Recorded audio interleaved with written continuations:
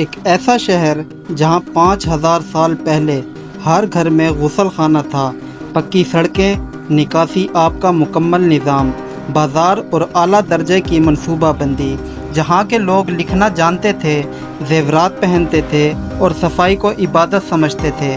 لیکن پھر اچانک سب کچھ ختم ہو گیا، نہ کوئی جنگ ہوئی، نہ کوئی آفت، بس ایک مکمل تہذیب خاموشی سے مٹی میں دفن ہو گئی۔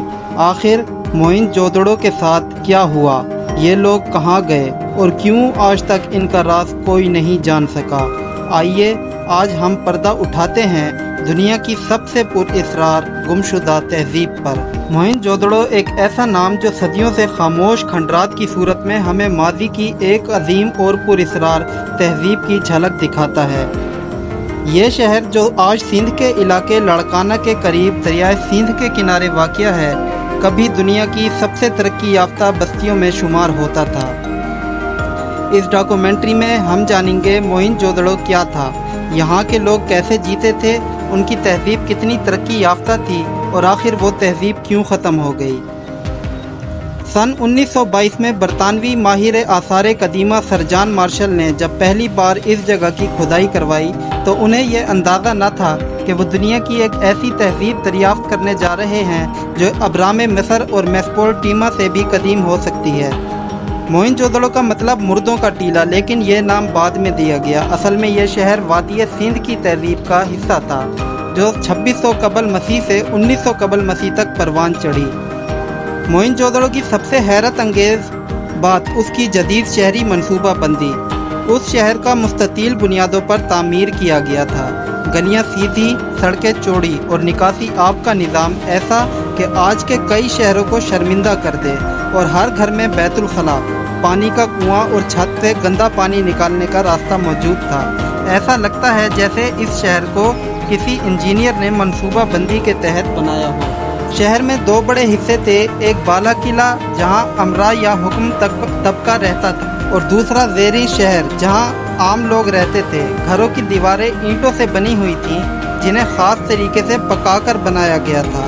کچھ گھروں میں کئی کمروں، اندرونی صحن اور یہاں تک کہ مہمان خانوں کے آثار بھی ملے ہیں، جو اس بات کی دلیل ہے کہ یہاں ایک سماجی نظام موجود تھا۔ موئن جودڑو کے باشندے صاف ستھرے، نفیس اور تہذیب یافتہ لوگ تھے۔ یہاں سے ملنے والے مجسمے، زیورات، مہریں اور ظروف سے اس بات کی گواہی دیتے ہیں کہ یہ لوگ خوبصورتی، صفائی اور فیشن کے دلادہ تھے۔ خواتین چوڑیاں، ہار، ناک کی نتھ اور دیگر زیورات پہنتی تھیں، اور مرد اکثر کمرے باندھتے تھے۔ ڈانس کرتی لڑکی کا کانسی کا مجسمہ اس بات کا ثبوت ہے کہ فنون لطیفہ کا شعور موجود تھا۔ موئن جودڑو کی معیشت زراعت، دستکاری اور تجارت پر مبنی تھی۔ یہاں کے لوگ گیہوں، جو اور کپاس اگاتے تھے اور کپڑا بننے کا فن جانتے تھے۔ کپاس کا استعمال سب سے پہلے وادی سندھ کی تہذیب میں ریکارڈ کیا گیا۔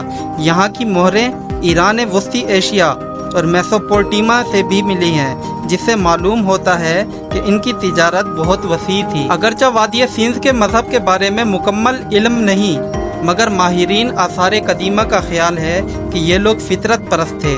پجاری بادشاہ کا مجسمہ، جانوروں کے نقوش اور یوگا جیسے انداز میں بیٹھے مجسمے اس بات کی نشاندہی کرتے ہیں کہ شاید یہاں کے لوگ عبادات اور روحانیت میں یقین رکھتے ہیں۔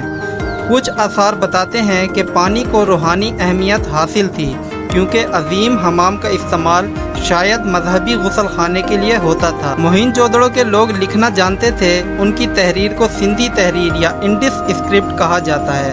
اب تک ہزاروں مہریں دریافت ہو چکی ہیں جن پر یہ علامات نقش ہیں، مگر افسوس کہ یہ زبان آج تک ناقابل فہم ہے۔